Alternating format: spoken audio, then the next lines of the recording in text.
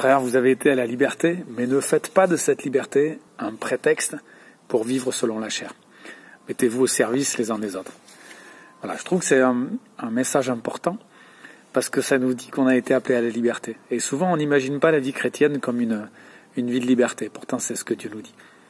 Et en même temps, on nous invite à pas faire de cette liberté un prétexte pour vivre selon la chair. Et on nous dit, je crois, dans la phrase d'après, ce que ça veut dire vivre selon la chair.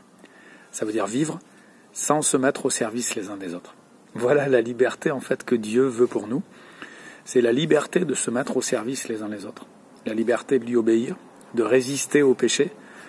Voilà, c'est quelque chose d'extraordinaire, mais qui est surprenant. Donc n'oubliez pas, on est appelé à vivre la liberté.